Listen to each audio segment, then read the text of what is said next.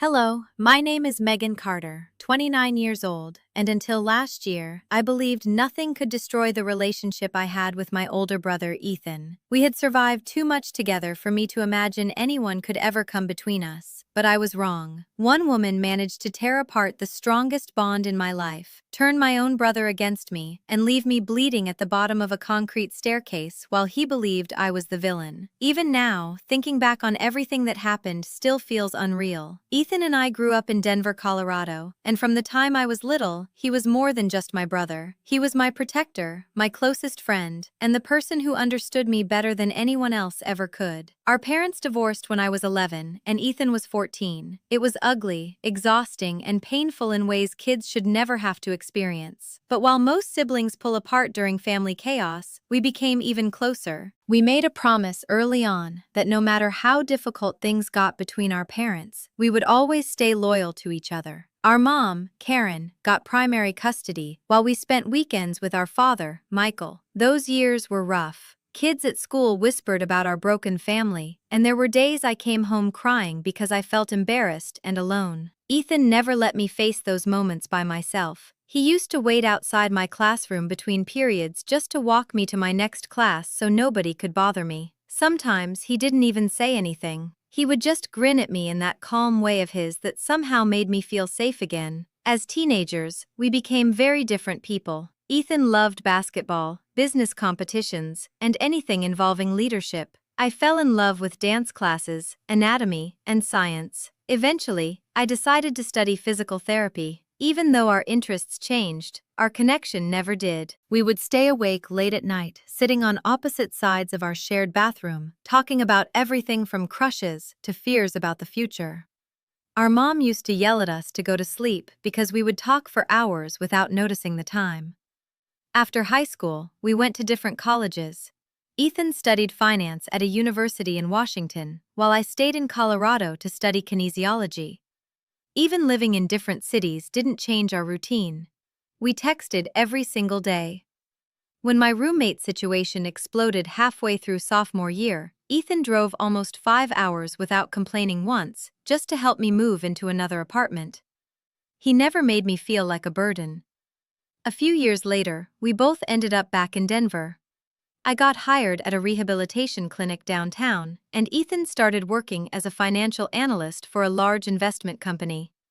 We lived close enough to keep our old traditions alive, especially our Sunday breakfasts at Willow Creek Cafe. That place became our sanctuary. We would sit in the same booth near the windows for hours, talking about everything happening in our lives. When Ethan's girlfriend Rachel cheated on him after nearly 4 years together, I watched him completely fall apart. He had planned to propose to her. I remember sitting across from him every Sunday morning while he slowly tried to rebuild himself. Then when my own relationship ended because my boyfriend accepted a residency program in New York and suddenly decided long distance might not work, Ethan showed up at my apartment with junk food and terrible action movies, just so I wouldn't feel alone. One morning during breakfast after my breakup, Ethan looked at me seriously and said, "Promise me we'll always be honest with each other, even when it hurts." I tapped my coffee mug against his and smiled, especially when it hurts. At the time, I truly believed nothing would ever break that promise. Then Ethan met Vanessa Monroe. The first time Ethan mentioned Vanessa, I noticed the excitement in his voice immediately. It had been a long time since I had heard him sound that alive over someone. He told me they met during a company mixer hosted by one of his clients. What started as casual drinks somehow turned into dinner, then a long walk through downtown Denver that lasted until almost 2 in the morning. "There's just something different about her, Meg," he told me during one of our Sunday breakfasts. "I can actually be myself around her." I remember smiling at him because after everything he went through with Rachel,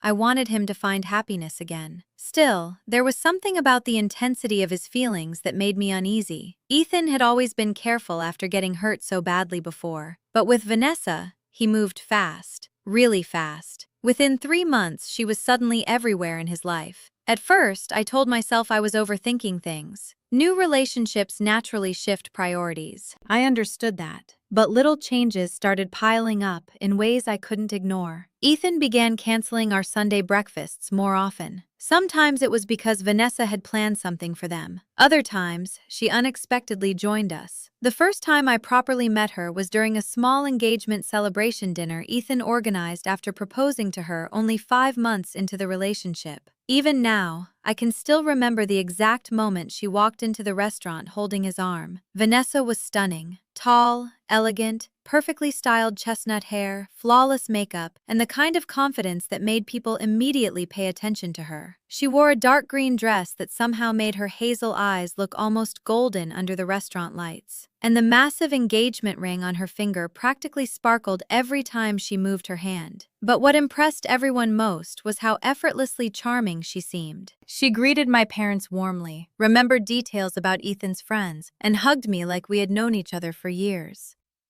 "So this is the famous sister," she said with a bright smile. "Ethan talks about you constantly." I laughed politely. "Hopefully only good things." "Only amazing things," she replied smoothly. The entire interaction felt perfect. Too perfect. That was the first strange feeling I had around her. Everything about Vanessa seemed practiced somehow, like she had memorized exactly how to win people over. Still, I pushed the thought away. I figured maybe I was just being protective of Ethan. But then dinner started, and I noticed things I couldn't ignore.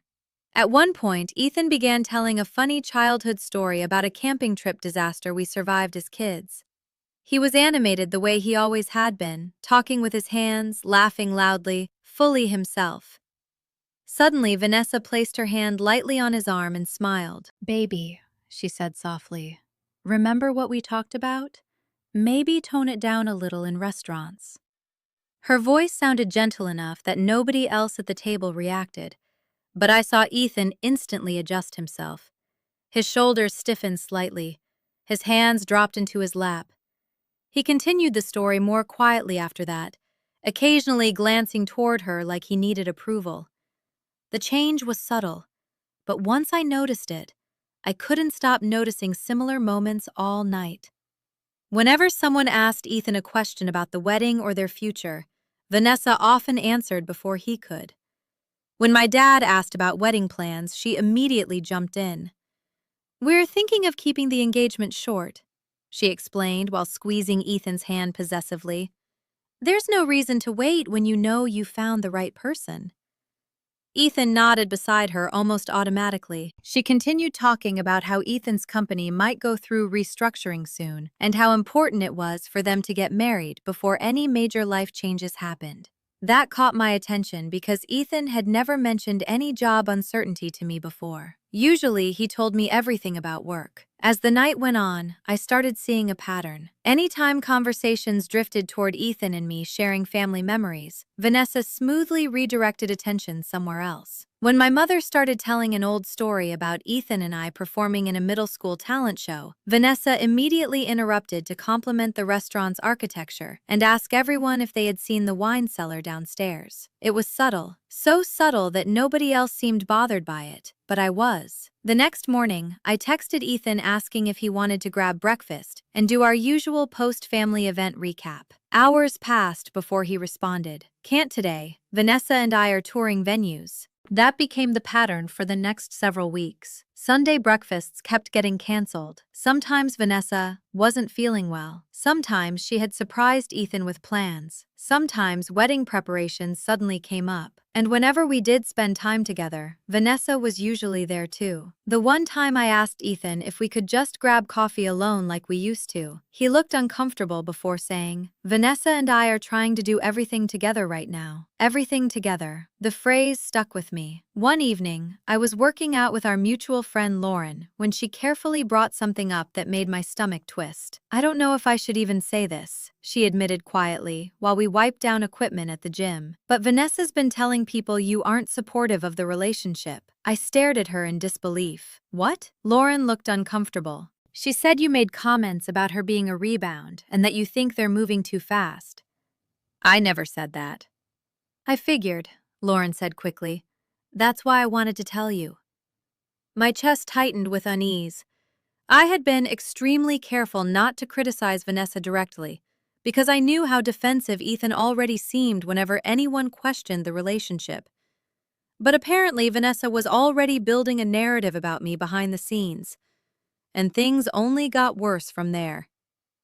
A few weeks later, Ethan invited several friends over for a dinner party at his apartment and asked if I could come early to help set things up. I agreed immediately because lately I was desperate for any chance to spend time with him, without Vanessa hovering over every conversation. When I arrived, the apartment was quiet, except for voices coming from the bedroom down the hallway. I wasn't trying to eavesdrop, but Vanessa's tone was sharp enough that I froze automatically. "I can't believe you forgot to confirm the reservation," she snapped. "Do I seriously have to handle every single thing myself?" Ethan's response was so soft I barely recognized it. "I said I was sorry. I've just been busy at work." "That's not an excuse," she said coldly. "Sometimes I honestly wonder if you're mature enough for marriage." The words hit me like ice water, because Ethan had always been one of the most confident people I knew. Hearing him sound apologetic and small felt completely wrong. A second later, the bedroom door opened. Vanessa walked out smiling like nothing had happened. "Megan," she said brightly, "you look amazing." Behind her, Ethan avoided eye contact while checking his phone repeatedly. The entire night felt tense after that. Ethan barely relaxed. Every time he laughed too loudly or started talking too freely, Vanessa would give him a look that immediately made him pull back. Most people probably wouldn't have noticed it, but I knew my brother too well, and it wasn't just with me. Our longtime friend Marcus later complained that Ethan had stopped showing up for poker nights because Vanessa thought they needed to focus more on couple activities. Ethan, who used to be spontaneous and social, now needed advance notice for every tiny plan. His texts sounded different too, shorter, more formal somehow. Sometimes Vanessa's messages and Ethan's messages sounded almost identical. I kept trying to convince myself I was imagining things. Maybe wedding stress was affecting both of them. Maybe I was struggling with change. Maybe I just missed having my brother to myself. But deep down, I knew something wasn't right. Then Ethan dropped another bombshell during a rushed lunch near my clinic. "We set the wedding date," he announced. I nearly choked on my drink. "Already?" He nodded. 3 months from now." 3 months? I stared at him. "Ethan, that's incredibly fast." "Vanessa found the perfect venue opening." He smiled, but the smile didn't fully reach his eyes. I chose my next words carefully.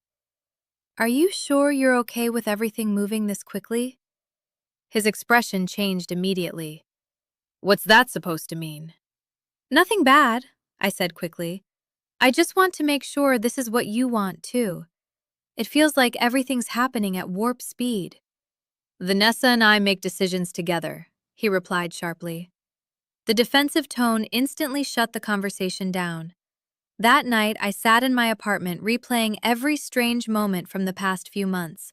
The constant monitoring, the canceled plans, the way Ethan seemed nervous all the time now, the way Vanessa slowly positioned herself between him and everyone who cared about him. And for the first time, a terrifying thought crossed my mind. What if this wasn't just a difficult personality? What if Vanessa was controlling him? I spent several days debating whether to say anything. Part of me worried I would destroy my relationship with Ethan if I pushed too hard. Another part of me felt sick staying silent while watching him disappear piece by piece. Finally, I texted him asking if we could meet alone at a small coffee shop near downtown, where we used to have serious conversations. He agreed, but his response unsettled me immediately. "Wednesday works. Vanessa has a salon appointment that afternoon." The fact that he specifically explained why she wouldn't be there made my stomach sink. It sounded less like independence and more like permission. The day of the meeting, I arrived early and grabbed our favorite corner table. I even ordered Ethan's usual coffee because some part of me still believed this conversation would end with us understanding each other like we always had before. But when Ethan finally walked into the cafe nearly 20 minutes late, he looked exhausted. "Sorry," he muttered while sitting down. "Vanessa needed me to stop by the wedding planner's office first." I forced a smile and slid the coffee toward him. "No problem." Before taking a sip, he checked his phone. Then he checked it again 30 seconds later when it buzzed. And again a minute after that. "Everything okay?" I finally asked. "Yeah," he said quickly. "Just wedding stuff." His phone lit up again, face up on the table. Vanessa's name flashed across the screen repeatedly. I took a slow breath. "Ethan, I wanted to talk because I'm worried about you." His entire posture stiffened immediately. "Worried about what?" "You don't seem like yourself anymore." "That's dramatic." "I'm serious," I said gently. "You seem stressed all the time. You barely spend time with anyone without Vanessa there. You cancel plans constantly. You look nervous every time your phone goes off." "That's what happens when you're planning a wedding." "No," I replied softly. "This feels different." He leaned back in his chair defensively. "You're overthinking things." "Am I?" I asked carefully. "At your engagement dinner, Vanessa corrected the way you talk. She answers questions for you. She monitors where you are constantly. Ethan, you check your phone every 10 seconds like you're scared of upsetting her." "That's ridiculous." But even as he said it, his eyes flicked toward another incoming message. I lowered my voice. "She's isolating you." His expression hardened instantly. "You don't know what you're talking about." "I think I do," I admitted. "And honestly, I think she's manipulating you." The second the words left my mouth, I knew everything had changed. Ethan stared at me like I had slapped him. "You seriously think that little of me?" he asked quietly. "That's not what I'm saying." "No," he interrupted sharply. "You think I'm too stupid to recognize a healthy relationship." "I think you're in love and maybe missing some really concerning behavior." "Like what?" "The way she speaks to you when nobody's around. The way she's slowly cutting you off from friends and family. The lies she's telling people about me." His eyes narrowed. "What lies?" I told him about what Lauren said. For a moment, he looked uncertain. Then he shook his head. "You probably misunderstood something." "I didn't misunderstand anything. She must have interpreted something you said wrong. I never said anything remotely close to that." His phone buzzed again. 3 messages from Vanessa appeared back to back. He immediately grabbed the phone and started typing. "She gets anxious if I don't respond," he explained. I stared at him in disbelief. "Do you hear yourself right now? She has trust issues because of her past relationship. And your solution is reporting your location every 5 minutes?" His jaw tightened. "You don't understand our relationship." "No," I said quietly. "I understand that my brother used to be confident and independent, and now he acts like he needs permission to breathe." His chair scraped loudly against the floor as he stood up. "That's enough." Several people in the cafe turned to look at us. "I thought you'd be happy for me," he snapped. "Instead, you're acting jealous and trying to ruin the best relationship I've ever had." The accusation hit me so hard I almost couldn't speak. "This isn't jealousy." "Then what is it?" "It's fear," I admitted, "because I feel like I'm losing my brother." For one brief second, pain flickered across his face. Then it disappeared. "Maybe Vanessa was right about you," he said coldly. My chest physically hurt hearing those words. "Ethan." "No, I'm done having this conversation." He grabbed his jacket aggressively. "We're getting married in 3 months. Either support us or stay out of our lives." Then he walked out of the cafe without looking back. I sat there staring at the untouched coffee in front of me, while tears burned behind my eyes. For the first time in my life, I felt completely helpless where my brother was concerned. The morning after the cafe fight, I woke up feeling sick to my stomach. I kept replaying the conversation over and over, wondering if I had pushed too hard or said the wrong thing. Ethan and I had argued before like any siblings, but never like that. Never with that level of anger and distance between us. By afternoon, I still hadn't heard from him. No text, no call, nothing. The silence hurt more than I expected. I ended up scheduling an emergency appointment with my therapist, Dr. Elaine Brooks, who had been helping me recover from my breakup the year before. Sitting in her office that afternoon, I felt emotionally exhausted. What if I ruined everything? I asked quietly after explaining the entire situation. What if I'm projecting my fears onto Vanessa because I miss how things used to be? Dr. Brooks listened carefully before responding. It's possible part of this is grief over your relationship changing, she admitted. But the behaviors you described are concerning. Isolation, emotional monitoring, personality suppression, constant communication control. Those are patterns often seen in manipulative relationships.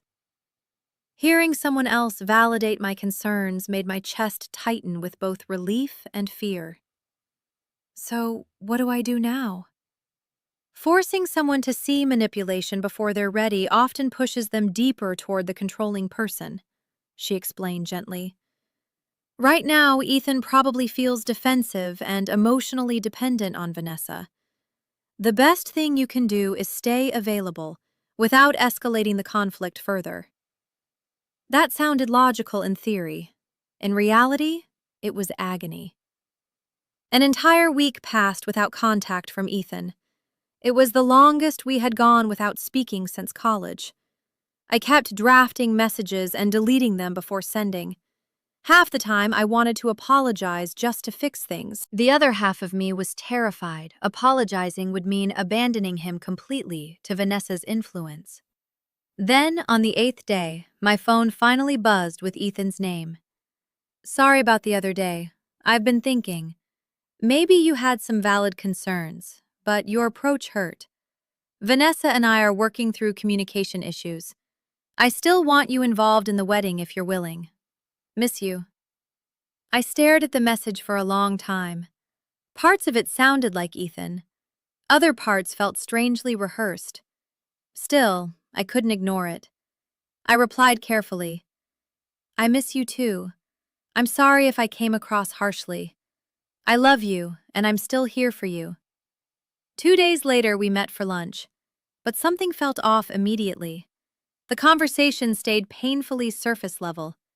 Ethan avoided discussing our fight entirely, almost like he was reading from a script designed to keep things calm without actually resolving anything. He asked if I could help assemble wedding favors the following weekend. I agreed, mostly because I hoped spending time together might rebuild some closeness between us. But as I drove home afterward, an uneasy feeling stayed lodged in my chest. Then something happened that changed everything. The next morning, I was grabbing coffee before work when a local news notification popped up on my phone. Man arrested for violating restraining order. Normally, I would have ignored it, but the name stopped me cold. Dylan Mercer. I recognized it instantly because Vanessa had mentioned an ex-boyfriend named Dylan during the engagement dinner months earlier. According to her, he had become obsessive and unstable after their breakup. She claimed he harassed her constantly and refused to let go. At the time, I believed her completely. Now I wasn't so sure. That single news article planted a dangerous idea in my mind. What if Vanessa had lied about him too? I spent the entire day distracted at work. By evening, curiosity and anxiety finally overwhelmed me. For the first time since meeting Vanessa, I decided to look into her past myself. I had no idea that decision was about to blow my life apart. The next morning before work, I stopped at a cafe near my apartment. I was waiting for my order when I noticed a woman across the room staring at me nervously. After a few awkward seconds, she slowly approached my table. "Are you Megan Carter?" she asked carefully. "Ethan's sister?" Surprised, I nodded. "Yes." Relief flashed across her face. "My name is Rebecca Hayes," she said quietly. "I used to live with Vanessa." Instantly, every nerve in my body went alert. Rebecca glanced around anxiously before speaking again. "Can we talk privately?" We sat down in a quiet corner booth, and from the moment she started talking, I felt my entire world beginning to shift. Rebecca looked genuinely distressed. "I've been debating whether to contact you for weeks," she admitted. "But when I saw Ethan's engagement announcement online, I got scared." "Scared of what?" I asked. Her expression darkened. "Because I've seen Vanessa do this before." A cold feeling spread through my chest. Rebecca explained that Vanessa had a history of moving extremely fast with successful, emotionally generous men. According to her, the relationships always followed the same pattern. Intense romance, rapid commitment, isolation from friends and family, emotional dependency, then eventually financial manipulation and complete control. I sat frozen while she talked. Dylan wasn't obsessed with her, Rebecca continued bitterly. He found out she was opening accounts using his information and confronted her. She flipped the story before he could expose her. I stared at her in disbelief. What? She's incredibly good at playing the victim, Rebecca said. You have no idea. Over the next hour, she painted a terrifying picture of the woman Ethan planned to marry. Vanessa allegedly lied constantly about her career, education, family background, and finances. Rebecca claimed Vanessa manipulated almost everyone around her through charm, guilt, or emotional intimidation, depending on what worked best. And apparently, Ethan wasn't the first man whose life she had slowly taken over. She creates dependency, Rebecca explained. She makes people feel like they need her approval emotionally. Then she isolates them from anyone who threatens her control. My stomach turned because every single thing Rebecca described matched what I had been watching happen to Ethan. Why are you telling me this now? I finally asked. Rebecca looked at me sadly. Because by the time Dylan realized how dangerous she was, everybody thought he was the crazy one. Those words hit me like a punch to the chest. Before leaving, Rebecca gave me her number and offered to connect me with one of Dylan's friends once his legal situation settled down. I walked out of that cafe feeling physically shaken. Part of me desperately wanted to believe she was lying, but another part already knew she wasn't. That night, I started researching Vanessa myself, and little by little, her entire story began falling apart. I barely slept that night.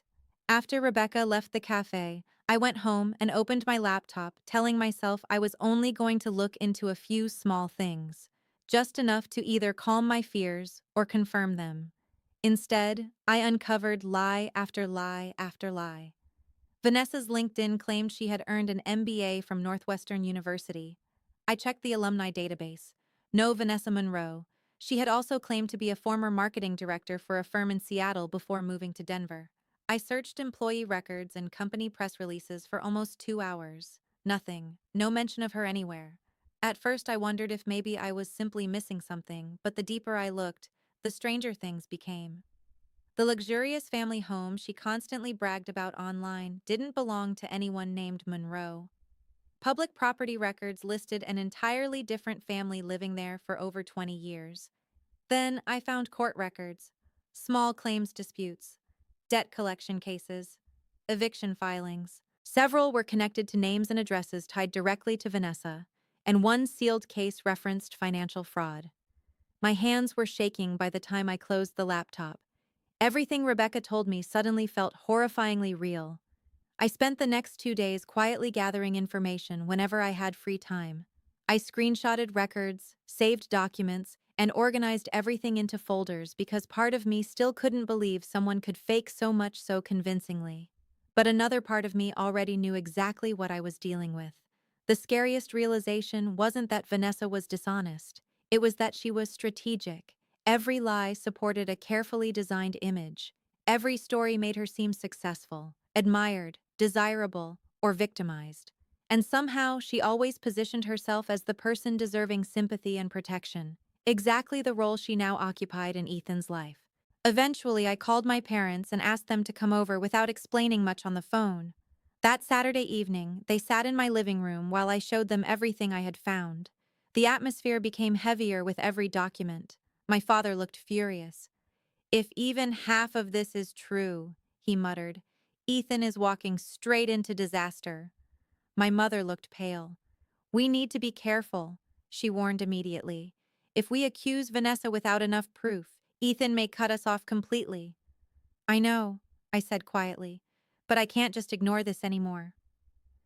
The wedding was now less than 2 months away. Time felt like it was running out. Over the next week, Rebecca connected me with one of Dylan Mercer's closest friends, a man named Chris Dalton. He provided screenshots of old text conversations, legal paperwork, and details about how Vanessa allegedly manipulated Dylan emotionally and financially before painting him as abusive when he started confronting her lies. According to Chris, Vanessa had opened multiple credit accounts using Dylan's information. When he threatened to report her, she filed a restraining order first, exactly like Rebecca said. The similarities between Dylan's experience and Ethan's current behavior were impossible to ignore. Isolation, constant monitoring, emotional dependency, defensiveness toward anyone questioning her. I kept organizing everything into a growing digital folder while trying to figure out how to approach Ethan again without pushing him further away. But before I could decide, Vanessa came to me first. I'll never forget that afternoon. I had just finished reviewing more court records when my apartment doorbell rang unexpectedly. Through the peephole, I saw Vanessa standing alone outside, smiling pleasantly. My entire body tensed instantly. For one brief second, I considered pretending not to be home. But my car was parked outside, so I opened the door. "Vanessa," I said carefully, "this is unexpected." "I was shopping nearby," she replied brightly while holding up a small envelope. "I thought I'd personally drop off bridesmaid dress fabric samples." Her voice sounded perfectly warm, perfectly normal. But the second she stepped inside my apartment, I knew something was wrong. She noticed my laptop immediately before I could fully close it. Our eyes met for half a second. I saw it then. Recognition. She knew. Still smiling, she handed me the fabric swatches and casually sat down on my couch without being invited. For nearly 20 minutes, she talked about wedding flowers, color palettes, seating charts, and completely meaningless things while I sat there barely listening, waiting for the real reason she came. Finally, her expression shifted slightly. "You know," she said softly, "I've noticed some tension between us lately." I stayed quiet. She crossed one elegant leg over the other. "Ethan's been very hurt by your lack of support." "I want Ethan happy," I replied carefully. "Do you?" Her smile no longer reached her eyes. The air in the room suddenly felt colder. Then she casually dropped the bomb. "Why have you been contacting people from my past?" Every muscle in my body tightened. "What are you talking about?" "Oh, come on," she said lightly. "Rebecca Hayes? Really? That woman's a pathological liar." I felt actual fear slide through me then. How did she know? Had she been watching me somehow, tracking Ethan's messages, social media, mutual friends? "I didn't seek her out," I said cautiously. "She approached me." "Of course she did." Vanessa laughed softly. "People become obsessed with me sometimes, especially bitter ex-friends and unstable ex-boyfriends."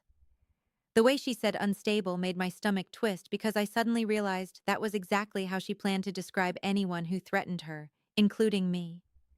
"She told me some concerning things," I admitted. Vanessa stood up slowly and began walking around my apartment, examining framed family photos. "Family is such a delicate thing," she said quietly while stopping near a picture of Ethan and me from Christmas. "It would be tragic if something damaged yours permanently." The threat underneath her words was unmistakable. I swallowed hard. "What exactly are you implying?" Her pleasant mask vanished instantly. "Stop digging into my life," she said coldly. "Stop filling Ethan's head with doubts." "I'm trying to protect my brother." "No," she snapped sharply while turning toward me. "You're trying to keep control over him because you can't handle the fact that he's building a life with someone else." "That's not true." "It doesn't matter," she replied smoothly. "The wedding is happening.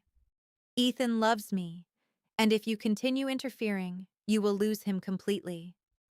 My heart pounded painfully. "You're manipulating him," she smiled again. "Careful, Megan."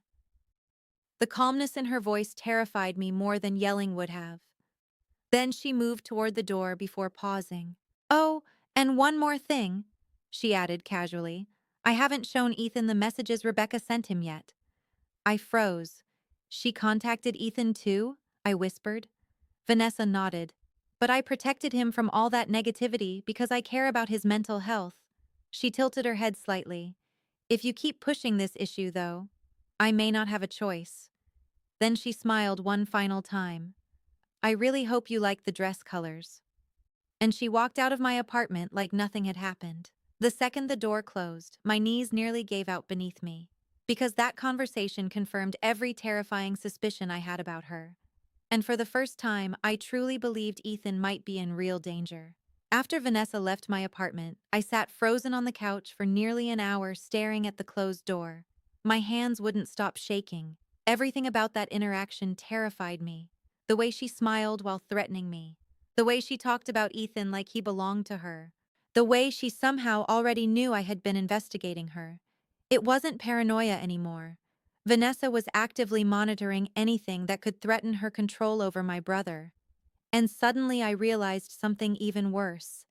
If she already knew what I had uncovered, then time was running out. That night, I made a decision. I was going to tell Ethan everything immediately. No more waiting, no more worrying about whether I sounded overprotective. If he hated me afterward, fine, but at least I would know I tried. The next morning, I texted him asking if we could meet privately at Lincoln Park, the place where we used to spend hours as kids climbing trees and feeding ducks by the pond. I kept the message simple. Need to talk to you about something important. Just us. Tomorrow at 4 near the pond? Several hours passed before he finally replied. Okay. That single word filled me with both relief and dread. The entire evening, I organized everything I had gathered into one folder. Court documents, screenshots, public records, statements from Rebecca and Chris, employment inconsistencies, financial history, every piece of evidence I could find. I even wrote Ethan a letter explaining why I had done all this, because I knew once he saw everything, there was a chance he might never speak to me again. The next day, I arrived at Lincoln Park almost 30 minutes early. The late afternoon air was cool, and orange autumn leaves drifted across the pond while joggers passed nearby. Normally, the park made me feel peaceful. That day, I felt sick. I sat on a bench rehearsing different ways to start the conversation. How do you tell someone the person they love has been lying to them from the beginning? How do you destroy someone's future in order to save it? I was so lost in thought that I didn't notice someone approaching until a shadow fell across the ground in front of me. I looked up expecting to see Ethan. Instead, my stomach dropped. Vanessa stood there alone. Her arms were crossed calmly. "Where's Ethan?" I asked immediately. "Running late," she replied smoothly. "He asked me to come ahead and let you know." The lie was obvious. Ethan would have texted me himself. "I don't believe you." Her expression hardened instantly. "It really doesn't matter whether you believe me anymore." Every instinct in my body screamed danger. I stood up slowly, tightening my grip on my bag containing all the evidence. Vanessa's eyes dropped briefly toward it. "So," she said softly, "you've been building quite the little investigation." I didn't answer. She took another step closer. "Did you really think I wouldn't find out?" "I think Ethan deserves to know the truth," I replied carefully. "The truth?" She laughed harshly. "You mean the lies collected from bitter exes and jealous women? They're documented records. They're distortions. They're facts." Her eyes narrowed. "You're unbelievably desperate." I forced myself to stay calm. "I'm trying to protect my brother." "From what?" she snapped suddenly. "Being happy, growing up, moving on from his unhealthy dependence on you?" The accusation stunned me. "What are you talking about?" Vanessa moved even closer until she was invading my personal space. "Ethan told me everything," she hissed. "How possessive you've always been, how you sabotage his relationships, how you can't stand not being the most important woman in his life." "That's a lie." "Is it?" she challenged. "Why do you think he's been avoiding you?" I shook my head. "You've manipulated him into pulling away from everyone." "No," she said coldly. "I helped him realize how toxic you are." The calm mask she normally wore was completely gone now. For the first time, I was seeing the real Vanessa, and she looked furious. "I'm meeting Ethan," I said firmly. "This conversation is between him and me. He's not coming." My heart dropped. "I saw your messages," she continued. "I know exactly what you plan to show him." "You're reading his texts?" I asked in disbelief. "I protect our relationship." "That's not protection. That's control." Something dangerous flashed across her face. "You have no idea what I sacrificed to build the life I deserve." The words came out so intensely that I went silent. Then she continued, almost ranting now. Ethan has everything: career opportunities, stability, connections, a future. Do you know how hard some of us have to fight for those things? And suddenly, I understood something horrifying. She didn't love Ethan. She wanted access to the life he could give her. You're using him, I whispered. Her expression twisted with rage. And you're in the way. My pulse spiked. I took a small step backward instinctively. Vanessa noticed immediately. Then her eyes locked onto the folder partially visible inside my bag. That needs to disappear, she said quietly. No, she stepped forward. Give me the bag. Stay away from me. I'm serious. So am I. Everything happened incredibly fast after that. Vanessa suddenly lunged toward me, grabbing the strap of my bag violently. I jerked backward in shock while trying to pull it away from her. Let go, I shouted. You're ruining everything, she screamed. People in the distance turned slightly, but we were far enough from the main walking paths that nobody immediately intervened. She grabbed my arm painfully hard with her other hand, nails digging into my skin while trying to rip the bag away. Vanessa, stop! But she looked completely out of control now. The struggle forced us backward toward the concrete staircase leading down near the lower pond area. I tried twisting free. Then suddenly she shoved me, hard. For one suspended second, I completely lost my balance near the edge of the stairs. I remember windmilling my arms, desperately trying to catch myself. Then gravity took over. The fall happened both instantly and endlessly. My shoulder slammed violently against the edge of a concrete step first. A second later, the side of my head cracked against another one so hard that white light exploded across my vision. Pain shot through my body while I tumbled downward uncontrollably. Everything became disoriented and spinning. By the time I landed at the bottom, I could barely breathe. Warm blood trickled down the side of my face. Above me, I heard footsteps descending slowly. Vanessa appeared in my blurry vision carrying my bag. She crouched beside me calmly, completely calm. Look what you made me do, she whispered almost sadly. I tried speaking, but only a weak sound came out. If you keep interfering, she continued quietly while opening my bag, next time will be worse. Terror flooded through me stronger than the physical pain. She pulled the folder of evidence out carefully, then she leaned closer. Stay away from Ethan, she whispered. Stay away from our wedding. Stay away from our life. I could barely focus through the dizziness and pain, but I remember the exact coldness in her eyes. Then she stood up. You fell down the stairs, she said flatly. Accidents happen. Suddenly, another voice shouted from above. Oh my God, is someone hurt? A woman wearing running clothes appeared at the top of the staircase. Instantly, Vanessa transformed. Her entire face changed into panic and concern. My future sister-in-law fell, she cried dramatically. Please help. The woman rushed down toward me while Vanessa slipped the evidence folder into her purse during the confusion. The stranger knelt beside me immediately. I'm calling an ambulance, she said urgently. Thank you, Vanessa replied shakily with fake tears already forming. I need to call her brother. Then she leaned close to my ear one final time while the other woman focused on dialing emergency services. Remember what I said. As she walked away, pretending to make frantic phone calls, the stranger gently held my hand and told me help was coming. But all I could think about before darkness swallowed me completely was Ethan, because I knew Vanessa was going to get to him first. When I finally regained consciousness, everything felt distant and heavy. The first thing I noticed was the steady beeping of machines nearby, then the sharp antiseptic smell, then the throbbing pain spreading through my head and shoulder every time I tried to move. A nurse immediately noticed my eyes opening. Easy, she said gently. You're in the hospital. Fragments of memory crashed back instantly. Lincoln Park, Vanessa, the stairs, my bag. Fear hit me so hard my chest tightened painfully. Ethan, I croaked weakly.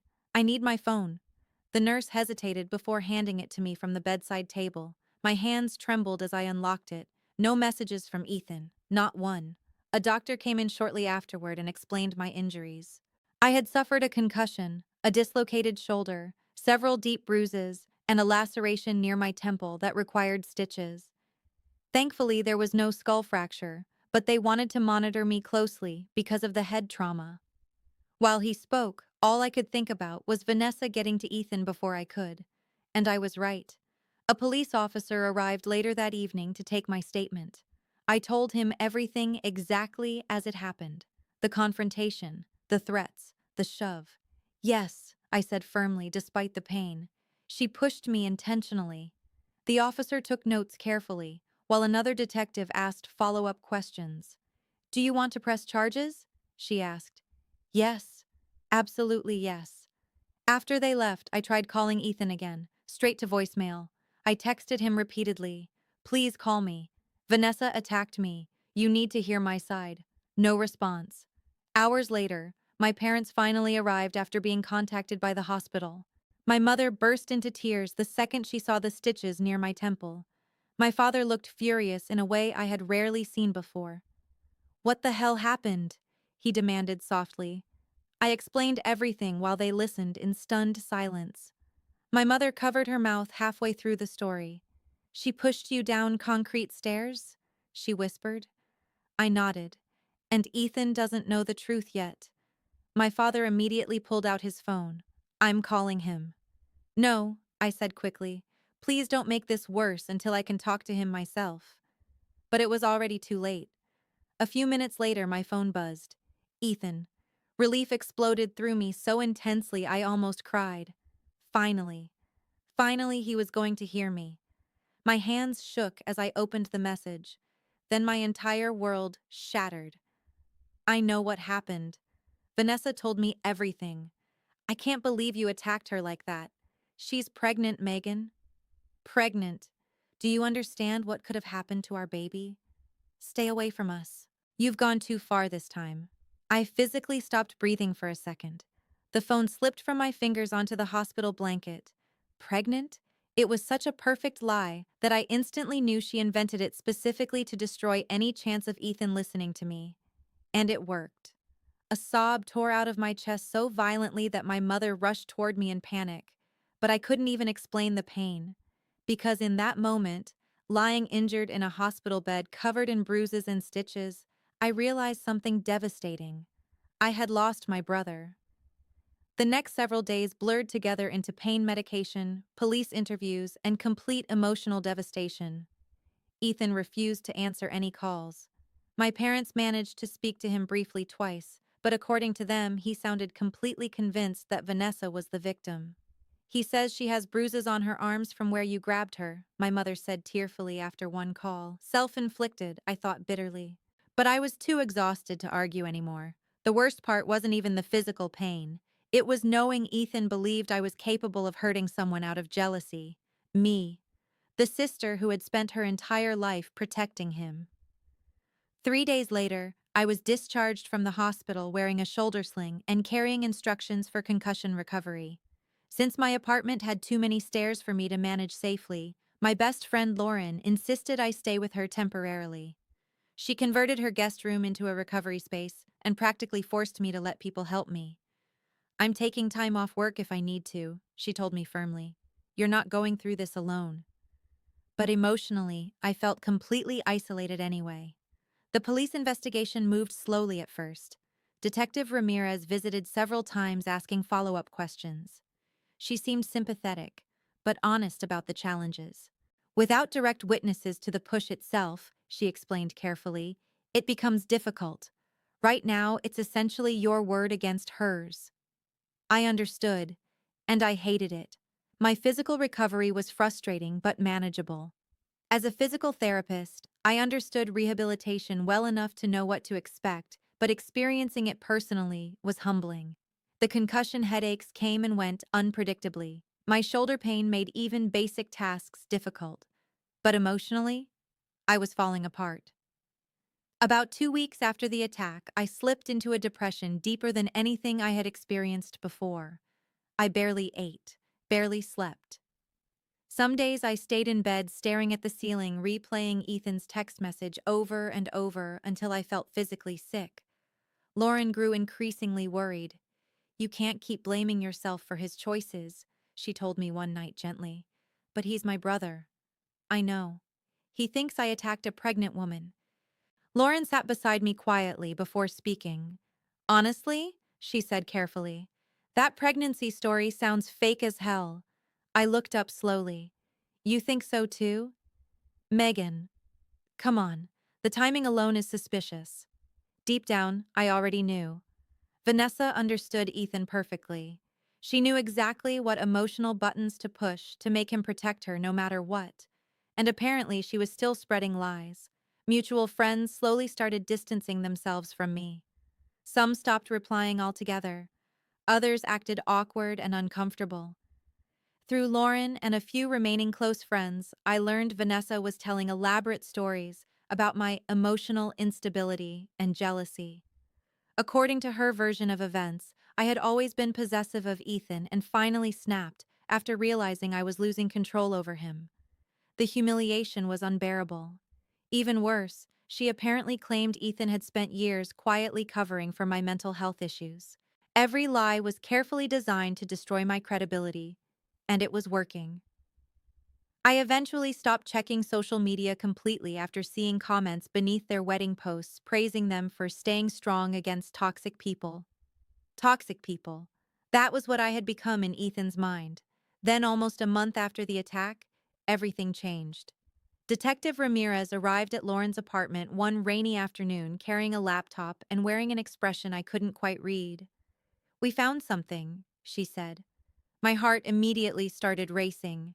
She opened the laptop on the coffee table and played grainy security footage from a bookstore camera positioned across the street from Lincoln Park. The angle wasn't perfect, but it was enough. You could clearly see Vanessa and me arguing near the pond, then struggling, then the shove.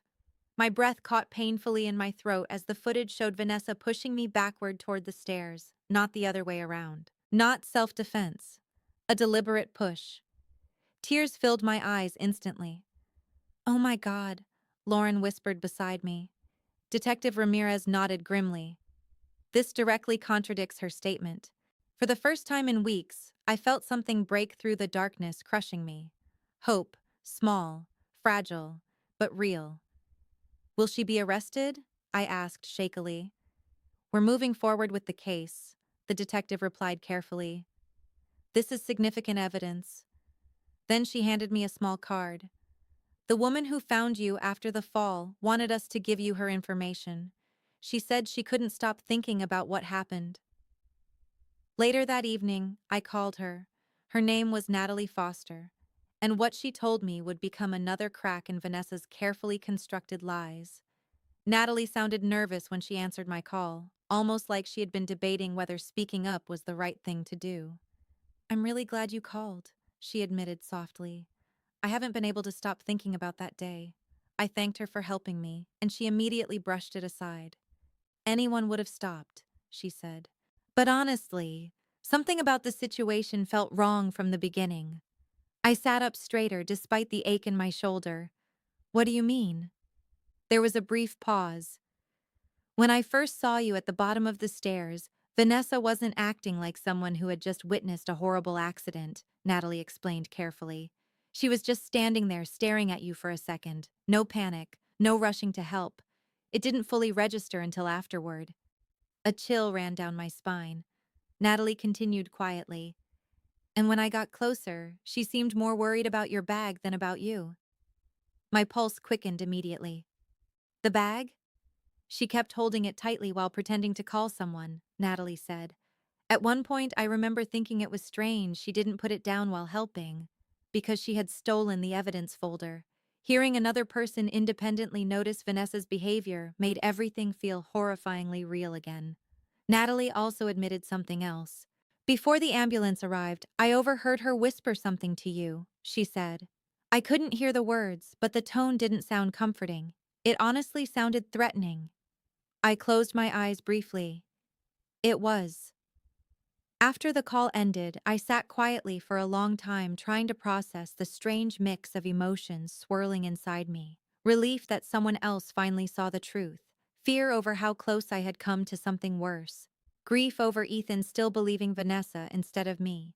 Because despite the new evidence, he still hadn't contacted me. Not once. Dr. Brooks later told me something during therapy that stayed with me for a long time.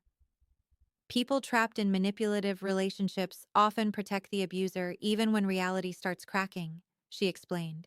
Their emotional dependence becomes tied to defending the relationship itself. So what do? I asked tiredly. You stay grounded in truth, she replied firmly, even if Ethan can't see it yet. Those words became my focus. Instead of obsessively trying to force Ethan to believe me, I started focusing on organizing everything clearly and thoroughly. Lauren helped me compile every piece of evidence we had into one detailed digital file. Medical records, police reports, security footage, court documents, financial records connected to Vanessa, statements from Rebecca, Chris, and Natalie, a complete timeline of events. The process took days, but strangely, it also gave me purpose again. Every document reminded me I wasn't crazy, I wasn't unstable, I wasn't the villain Vanessa painted me to be. I was telling the truth. About 5 weeks after the attack, I finally moved back into my apartment. My shoulder was healing slowly, and while I still dealt with headaches from the concussion, physically I was improving. Emotionally was another story. Everywhere I looked reminded me of Ethan. The coffee mugs we bought together years earlier, old photos, inside jokes scribbled onto birthday cards.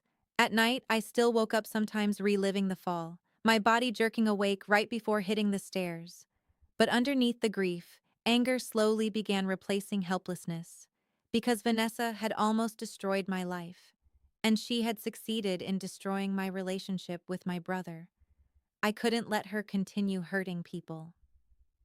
So one Sunday morning, a morning that normally would have been spent eating breakfast with Ethan at Willow Creek Cafe, I finally sent him everything, every file, every document, every screenshot, along with one short message. I love you too much to stay silent. Please just look at the evidence. After that, if you still decide you want me out of your life, I'll respect it. But you deserve to know who you're marrying. After pressing send, I nearly threw up from anxiety. Then came the waiting. One day passed, then another. No response. The wedding was less than 2 weeks away now. I kept checking my phone constantly despite knowing it would notify me if Ethan replied. Hope and dread battled inside me every waking moment. Then on a cold Thursday evening, while rain hammered against my apartment windows, there was a knock at my door. Not a text, not a phone call, an actual knock. My heart started pounding instantly. For one irrational second, I thought it might be Vanessa again. Slowly, I walked to the door and looked through the peephole. My breath caught. Ethan stood outside, soaked from the rain. He looked terrible. His clothes were wrinkled, dark circles hung beneath his eyes, and his expression looked completely shattered. I froze with my hand on the doorknob. 3 months of pain, betrayal, and silence suddenly stood on the other side of that door. Finally, I opened it. For several seconds, neither of us spoke. Rainwater dripped from Ethan's hair onto the hallway floor while we simply stared at each other. Then his face crumpled slightly. Meg, he whispered. The nickname broke something inside me instantly. I stepped aside silently, allowing him into the apartment. He walked inside slowly, like he wasn't sure he deserved to be there anymore. Once the door closed behind us, Ethan turned toward me. His eyes immediately dropped to the fading bruise near my temple and the careful way I still held my injured shoulder. Pain flashed across his face so intensely it almost looked physical. I saw the video, he said hoarsely. My chest tightened. The police showed me yesterday. I stayed silent because something told me he needed to say everything without interruption. At first, I didn't believe it, he admitted shakily. I thought there had to be some explanation, some missing context. Tears filled his eyes. But then I watched it again, and again, and again. His voice cracked completely. She pushed you. I looked away because hearing him finally say the words hurt almost as much as the attack itself. "She could have killed you," he whispered. The guilt on his face was unbearable to witness. "And I accused you of hurting her." A broken sob escaped him suddenly. Before I could react, Ethan collapsed onto my couch with his face in his hands, shoulders shaking violently. "I'm so sorry," he choked out. "Oh my God, Megan, I'm so sorry." Despite everything, despite all the pain, my first instinct was still to comfort my brother. I sat beside him quietly while he cried. "What happened after you saw everything?" I finally asked softly. Ethan wiped at his face roughly and took several shaky breaths before answering. "I confronted her." My stomach tightened immediately. "She denied it at first," he continued. "She said the video didn't show the full story. Then when I pushed harder, she completely changed." He looked genuinely haunted. It was like watching a stranger step into her body. According to Ethan, once her excuses stopped working, Vanessa became furious. She screamed at him for doubting her. Then she suddenly switched tactics again and started crying hysterically about stress and pregnancy hormones. "But when I told her we should go to the doctor together," Ethan said bitterly, "she completely lost it." "Of course she did, because there was no pregnancy." "She started throwing things," he continued quietly, "screaming about how ungrateful I was after everything she sacrificed for me." The exhaustion in his face made him look years older. Then slowly, painfully, Ethan began unraveling all the manipulation he finally recognized in hindsight. Vanessa checked his phone constantly under the excuse of planning surprises. She convinced him certain friends secretly disliked her. She rewrote conversations to make people seem hostile. She monitored his whereabouts obsessively. She demanded immediate replies to messages. If he upset her, she punished him emotionally with cold silence, accusations, or explosive fights. "She even convinced me to change my life insurance beneficiary," he admitted shamefully, "and update my will." My stomach turned. The level of calculation was terrifying. "She isolated me so slowly I didn't even realize it was happening," Ethan whispered. "Every step felt reasonable by itself." Then he looked at me with devastation in his eyes. "You tried to warn me," he said brokenly, "and I chose her over you." I swallowed hard against the emotion burning in my throat. "The police arrested her last night," he continued quietly. "Turns out Vanessa Monroe isn't even her real name." I stared at him. "What?"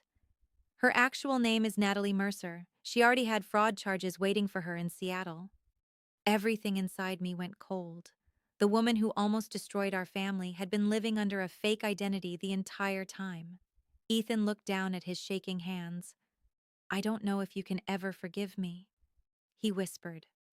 I stared at my brother for a long moment. Then I answered honestly, "I already do." He looked up at me in shock. And despite everything that had happened, despite all the pain between us, I realized one thing in that moment. Vanessa had damaged us deeply, but she hadn't managed to destroy us completely. That night marked the beginning of something neither Ethan nor I fully understood yet. Healing, not instant forgiveness, not magically erasing the damage. Real healing, slow, painful, messy, and exhausting. Ethan stayed at my apartment that first night because he couldn't bear going back to the condo he had shared with Vanessa. According to him, the place no longer even felt real. Every room reminded him of manipulation he had mistaken for love. We barely slept. Most of the night was spent talking quietly in my living room while rain continued hitting the windows outside. Sometimes Ethan cried unexpectedly in the middle of sentences. Sometimes I did too. There was simply too much pain sitting between us to avoid it anymore. At one point around 3 in the morning, Ethan admitted something that broke my heart all over again. "When you texted me from the hospital," he said quietly, staring down at his hands, "I almost called you back." I looked at him silently. "But Vanessa was crying so hard," he continued. "She kept saying you attacked her because you hated seeing me happy. She told me you'd always been emotionally dependent on me and couldn't handle losing control." The shame on his face was unbearable. And I believed her. I swallowed against the tightness in my throat. She knew exactly how to twist things, I said softly. I know that now. For a long moment, neither of us spoke. Then Ethan whispered something I don't think I'll ever forget. The worst part isn't even what she did to me, he admitted. It's knowing I abandoned you while you were lying in a hospital bed injured because of her. Tears immediately filled my eyes again. You were manipulated, I reminded him gently. But you still needed me. That sentence carried so much guilt behind it that I finally reached over and grabbed his hand. You came back, I said quietly. That matters too. Over the next several weeks, Ethan started therapy almost immediately. At first, he resisted talking about the emotional abuse because he felt humiliated by how thoroughly Vanessa had controlled him. I should have seen it, he kept saying repeatedly. But Dr. Brooks eventually explained something important during one of our joint sessions. Manipulative people rarely begin with obvious abuse, she told him. They build trust first, dependency second, isolation third. By the time control becomes visible, the victim is emotionally conditioned to defend the relationship. Watching Ethan slowly understand that truth was painful but necessary. Meanwhile, the criminal investigation against Vanessa, or rather Natalie Mercer, escalated rapidly. Once detectives dug into her real identity, they discovered an entire history of fraud, identity theft, and financial scams across multiple states. Ethan wasn't her first target, not even close. There had been others before Dylan. Other men, other ruined relationships, other manipulated families. The more information surfaced, the more horrifying the full picture became. Natalie had carefully reinvented herself repeatedly over the years, using slightly altered names and fabricated backgrounds. She specifically targeted emotionally stable, financially successful men with strong support systems because they offered both security and credibility. And whenever anyone threatened to expose her, she isolated the victim from them first. Exactly what she had done to Ethan. The assault charges became much harder for her to deny once security footage, witness testimony, and inconsistencies in her original statement piled up together. Eventually, she accepted a plea deal rather than face trial. 4 years in prison, financial restitution tied to multiple fraud investigations, mandatory psychological evaluation. I should have felt victorious hearing the sentence. Honestly, mostly I just felt tired. Because no punishment could fully undo what happened. No courtroom outcome could erase the moment my own brother believed I attacked a pregnant woman out of jealousy. Some wounds don't disappear completely, but life slowly started moving forward anyway. My shoulder improved steadily through months of rehabilitation. I regained most of my mobility, though certain movements still caused sharp reminders of the fall. The scar near my temple faded over time, but never disappeared entirely. Oddly enough, I eventually stopped hating the scar. It became proof that I survived. Emotionally, Ethan and I rebuilt our relationship piece by piece. At first, things felt awkward sometimes. Too much had happened between us to pretend nothing changed. Certain silences carried grief neither of us fully knew how to express yet. But gradually, old habits returned. Movie nights, random texts, inside jokes, Sunday breakfasts at Willow Creek Cafe. The first time we returned there together after everything, neither of us knew what to say initially. We sat quietly for several minutes, staring at the familiar booth that had witnessed so much of our lives already. Finally, Ethan gave a weak laugh. This place probably thought we died. I laughed harder than the joke deserved because the tension needed somewhere to go. After breakfast that day, Ethan looked at me seriously. I'm never ignoring warning signs like that again. I nodded slowly. Me neither. Therapy changed both of us in ways I didn't expect. Ethan eventually joined a support group for men recovering from emotionally abusive relationships. At first, he was hesitant because he felt embarrassed, even admitting he had been manipulated. There's so much shame attached to it, he told me one evening. Like men are supposed to automatically recognize abuse or control. But sharing his story helped him heal. And honestly, hearing other survivors talk helped me heal too. I also started volunteering with an organization supporting victims of domestic and emotional abuse. My background in physical therapy ended up becoming unexpectedly useful because trauma affects the body just as deeply as the mind. Some survivors carried pain in their shoulders, others in their breathing, others in the way they flinched whenever someone raised their voice unexpectedly. I understood those reactions now in ways I never could before. About 8 months after the attack, Ethan and I went walking through Lincoln Park together for the first time since everything happened. At first, I wasn't sure I could handle returning there, but strangely, reclaiming the space helped. The autumn air was crisp, and orange leaves drifted across the pond while we walked slowly near the same staircase where my life had almost changed forever. Ethan stopped near the water and looked out quietly for a moment. "You know what I finally realized?" he asked. "What?" "Real love never tries to isolate you from people who genuinely care about you." I looked at him carefully. He continued softly, "Anyone who truly loves you makes room for the important people already in your life. They don't try to replace them." Emotion tightened painfully in my chest because those words had been earned through so much suffering. We stood there silently watching leaves ripple across the pond. And for the first time since everything happened, the park no longer felt haunted. It just felt like another chapter of our story. A painful one, but not the end. Ethan still struggled sometimes afterward. Trusting people again didn't come easily for him. I still occasionally woke from nightmares reliving the fall down those stairs.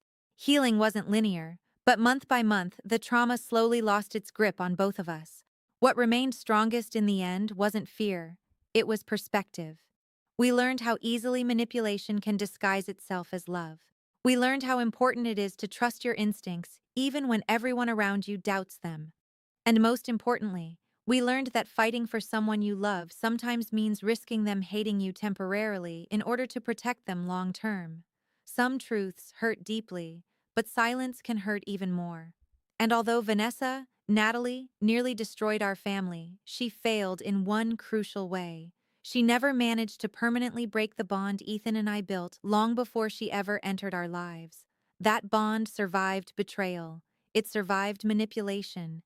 It even survived the moment we stopped trusting each other.